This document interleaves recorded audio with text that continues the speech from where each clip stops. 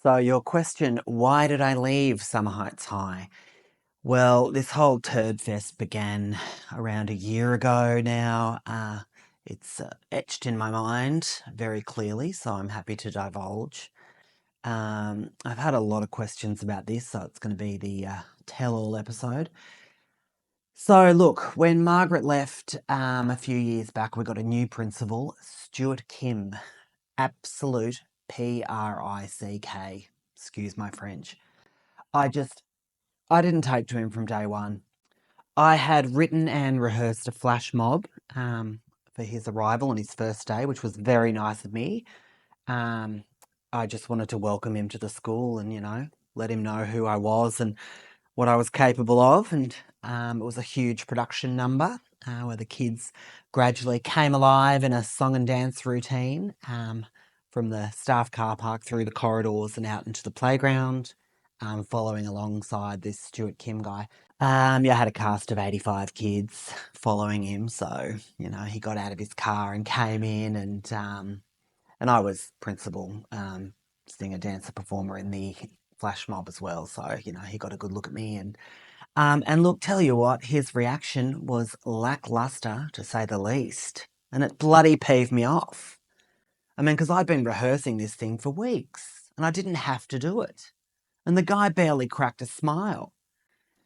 Then later that day, not only did I discover that he'd taken over my car parking space that I'd commandeered from Margaret when she left, I just popped my sign over hers, but he'd shoved all non-department heads, including myself, into the gravel car park around the back of the gym.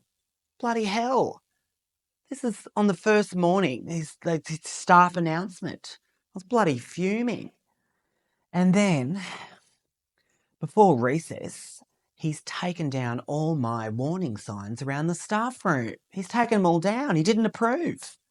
So this is all unbeknownst to me. So I come in at recess. Not only had my plunger been used by some filthy teacher and it was sitting in the drying rack, but my low cholesterol milk was half gone, proving that my warning signs actually are effective. Soon as they were gone, all hell broke loose.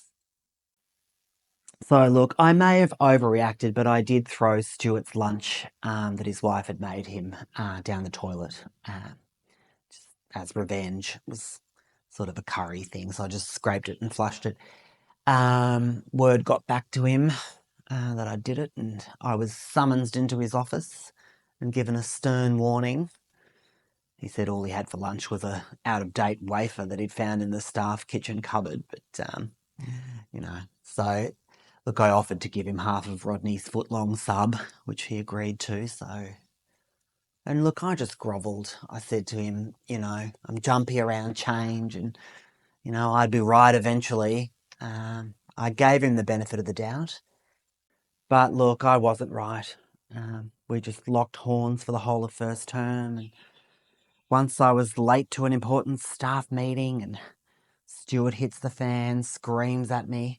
But I was in the middle of an improvised crying monologue demonstration for my year nines. I'm not just going to walk out on that because of some bloody staff meeting. When I'm in the moment and I'm in character, time is irrelevant. I mean, it did drag on for 50 minutes or so, but that's, it's a Meryl Streep thing, apparently. She says, time stops when one acts. I think she said that. But look, Stuart, this is the real thing that got my goat. Stuart, the bastard, cancels year 10 to 12 drama during COVID, saying it was a directive from the Department of Education, which was absolute bulldust. So I'm having to teach English, for Christ's sake. And all my drama students have to stop at the end of year 9. They can't go on. The bloody future actors of Hollywood starved of a satisfactory drama tutelage from me, an industry professional, all because of some idiot principal with short man syndrome who had it in for yours truly. Then the whole thing ends up triggering my bloody eyebrow alopecia. So I've got this stress-related hair loss on the left eyebrow, and I've had it for years, and it flares up when I'm in high-stress environments. My whole bloody eyebrow drops off. well, it becomes very thin and I have to draw it back on with an eyebrow pencil. But so I stormed into Stuart's office when I was virtually bald in the left eyebrow to show him what he had done to me. Eyebrow hair snowing all over the desk in front of him. And I said, Stuart, if I'm on stage in one of my out of school one man shows that I do in my own time with eyebrow hair spraying all over the front row audience members, then I will hold him entirely responsible. And then I stormed out and I slammed the door behind me. God, it's bloody driving me crazy even telling the story. I'm just need a sip of my chai before I go on. I'll tell you the rest of the story in a minute. I always get worked up when I talk about Stuart Kim. So Rodney's got a non-Stuart Kim policy whenever he comes over, so it's going to give me a bloody coronary just telling the story. Okay, we'll come back in a sec. I'll go grab the chai and we'll finish the Stuart Kim debacle after that. Okay.